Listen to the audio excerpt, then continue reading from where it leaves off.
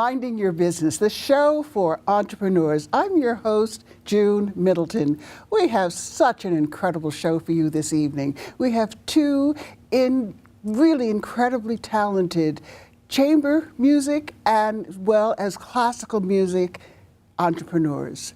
They have trained and traveled internationally, training other artists as well around the country and around the world. They've performed with orchestras. They're going to be soon performing again at Carnegie Hall. And they recently just returned from a very, very successful tour in Brazil and France, but we'll talk to them about that. And they'll be also performing at Carnegie Hall very shortly, so we'll talk about that as well. It is a pleasure to have, as our featured guests on the show this evening, the Riva Guarin Duo featuring soprano ANGELICA de la Riva and classical guitarist NILKO Andreas Guarin.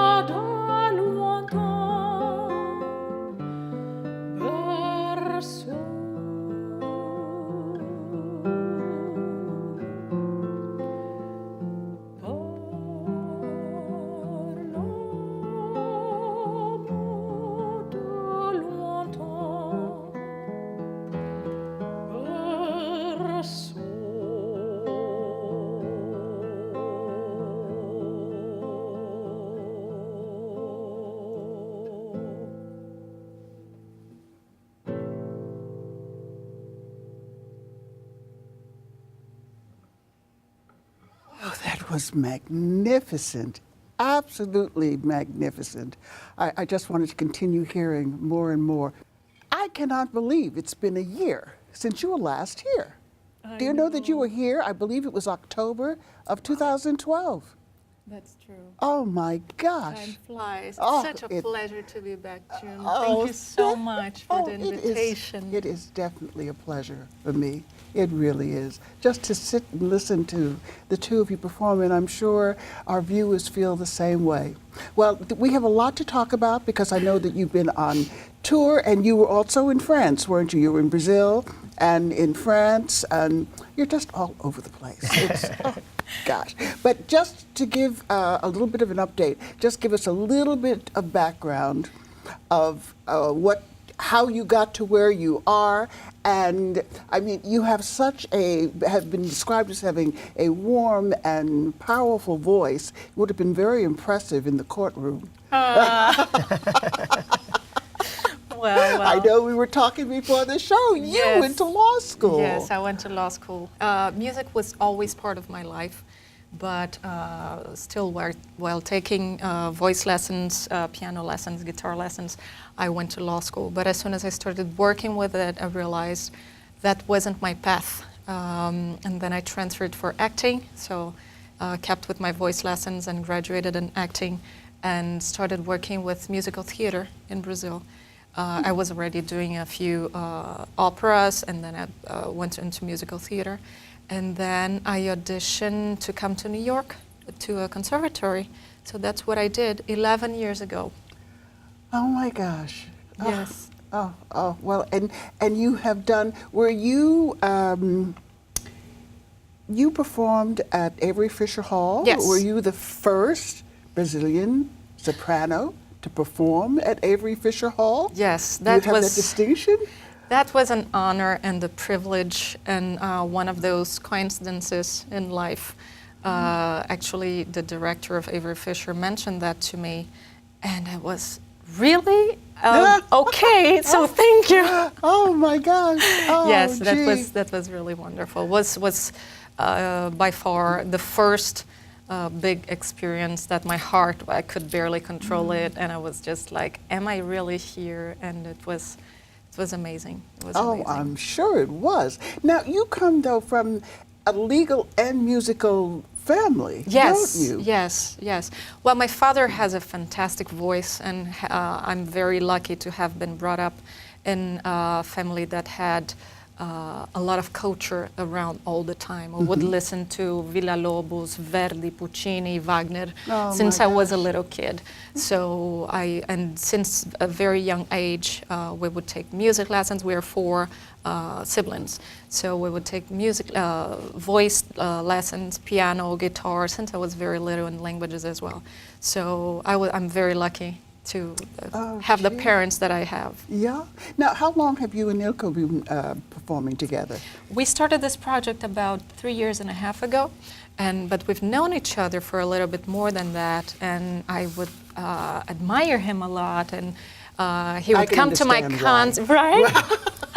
He would come to my concerts, I would go to his concerts, and we would always, when are we starting this project?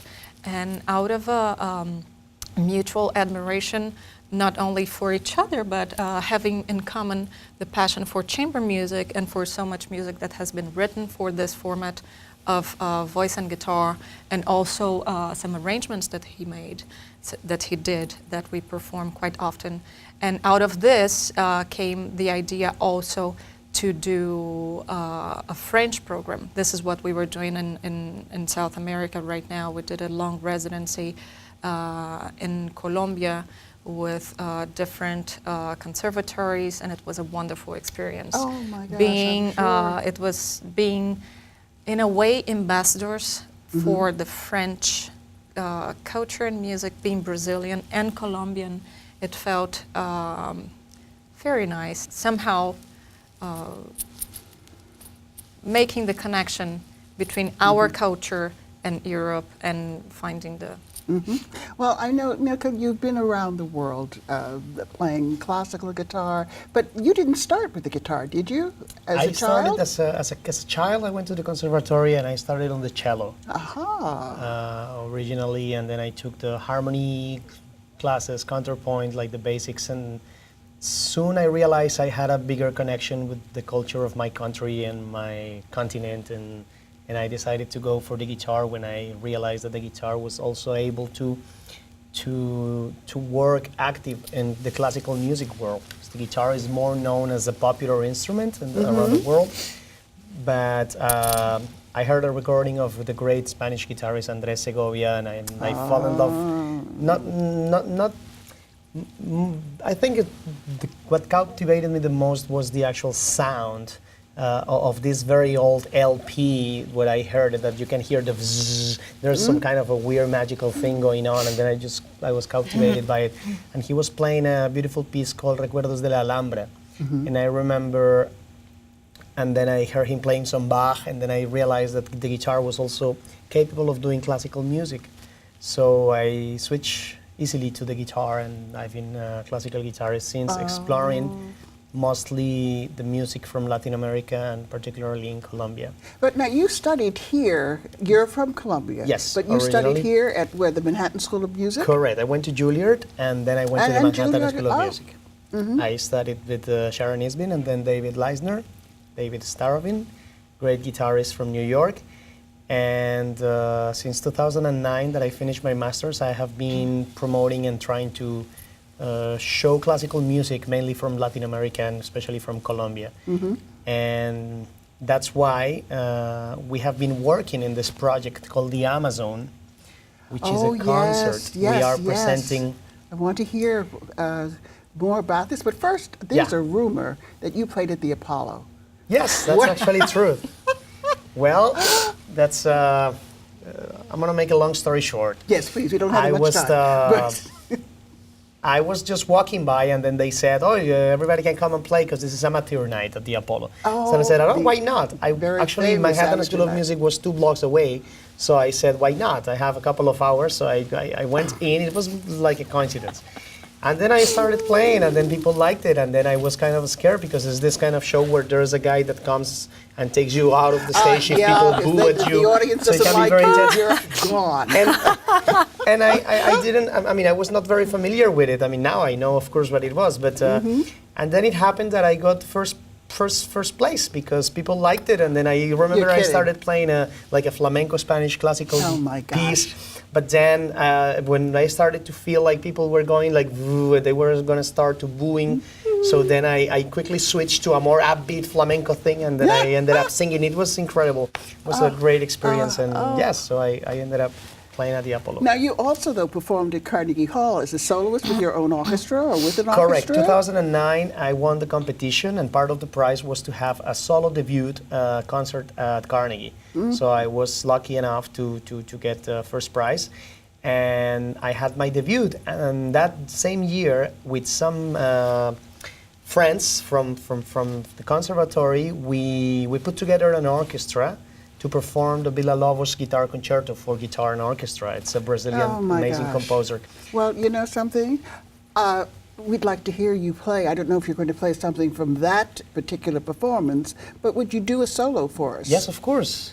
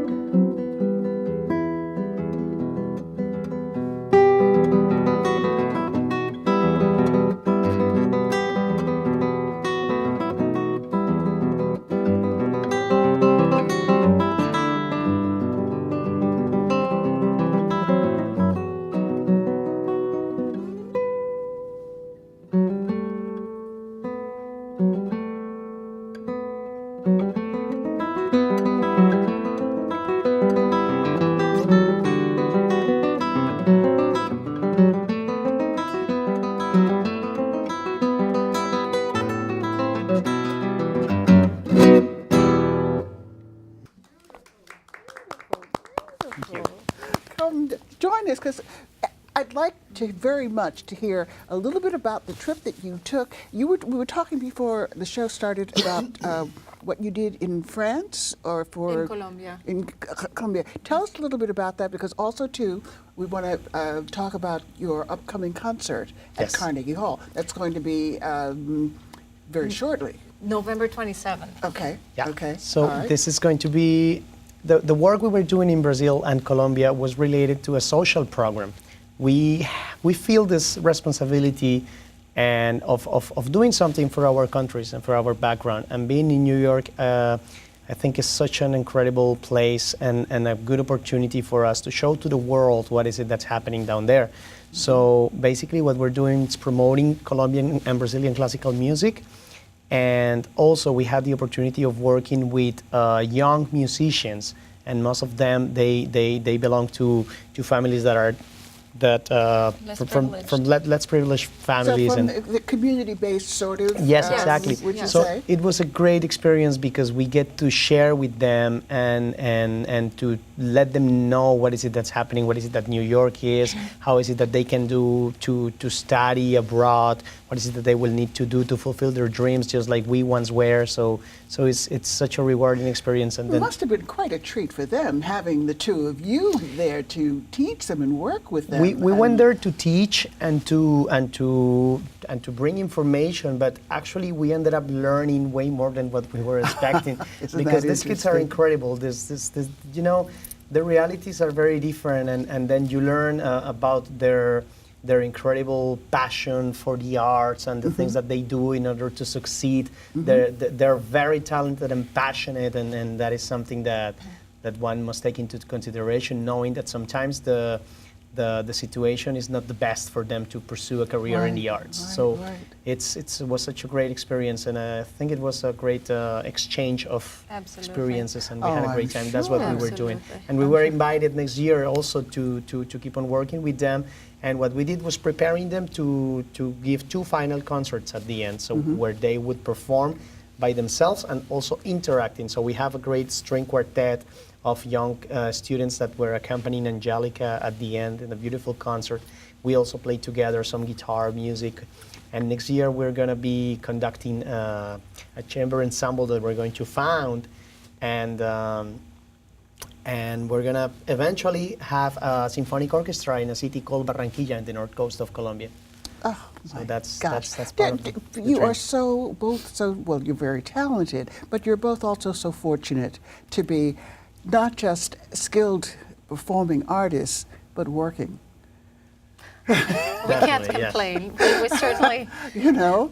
we're pretty busy, and that's luck and a lot of work. And do you manage yourselves and get your own engagements, or how does that work for you?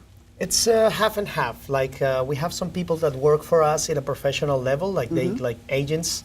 But we also like to find our own gigs, our own things. Because, for example, this social program we found by ourselves. Because, as I told you, we feel that we have this responsibility with our own countries. Like it's in a way to feel that we can give back what our country gave us at a point. So it's great. So we found that in our own. Now, I mean, the upcoming concert that you're doing at Carnegie Hall, that has Yes. something to do with the Amazon rainforest? Yes. Tell us about that. What is it going to be? And this is your 4th Yes. time doing Correct. it? Yes. Basically, we started, the idea started, ANGELICA being from Brazil and me being from Colombia. We wanted to do a project that would involve both cultures. And we found that the Amazon is something that we share, the 2 countries share, because the Amazon is a big part of the planet that has a little bit of Colombia and Brazil, and also Peru and other places. So we decided to do a research on composers that were inspired or that had any relationship with the Amazon forest. And we found people like Villa-Lobos from Brazil. We found composers from Colombia, Guillermo Uribe Holguín, and we presented these composers 4 years ago at a symphonic concert at Carnegie, and they loved the idea, they loved the concert. We were lucky enough to have a full house. So since then we have been researching more, and this year we are actually presenting 2 arias by the greatest of the great opera composers, Giuseppe Verdi that wrote two operas that were inspired in the Amazon, and we're talking about the year 1830 something, and then Angelica will be singing with This the orchestra. sounds like it's going to be an absolutely incredible, fantastic performance. Please come. We invite everybody to come, and Absolutely, I will be there. we hope to contribute. You know, the Amazon is such an important part of the planet, and, Yes, it yes, really needs yes. attention. And what better than through music to be able to let the Oh, world know about absolutely, and this. your music Not is only- just absolutely, it should be experienced by as many people as possible. Not only bringing awareness to the Amazon forest, but bringing young composers, contemporary composers, and well-known composers and their lesser known pieces. Well, believe it or not, we only have a few minutes left. Ah. Do you have a website for the duo? Also, yes. Yes. We have NILKOAndreas.com, and we also have AngelicaDeLaRiva.com, and you can find all the information about the duo and our other projects like the Amazon project in our websites. And regarding the concert at Carnegie Hall's website, you can find all the information. Right. Okay. Well, this is wonderful. This is wonderful. And I would like very much to say thank you to our wonderful crew, and of course, a very, very special thanks to Rich and Manhattan Neighborhood Network for making this show possible. You have been watching Minding Your Business, the show for just outstanding, unbelievably talented musical entrepreneurs. I am your host, June Middleton, and remember, see yourself. We have a visitor flying around. But see yourself where you want to be. And thank you for watching, and please join us again for another really wonderful show. So I am pleased to again present to you the De La Riva Guarin Duo.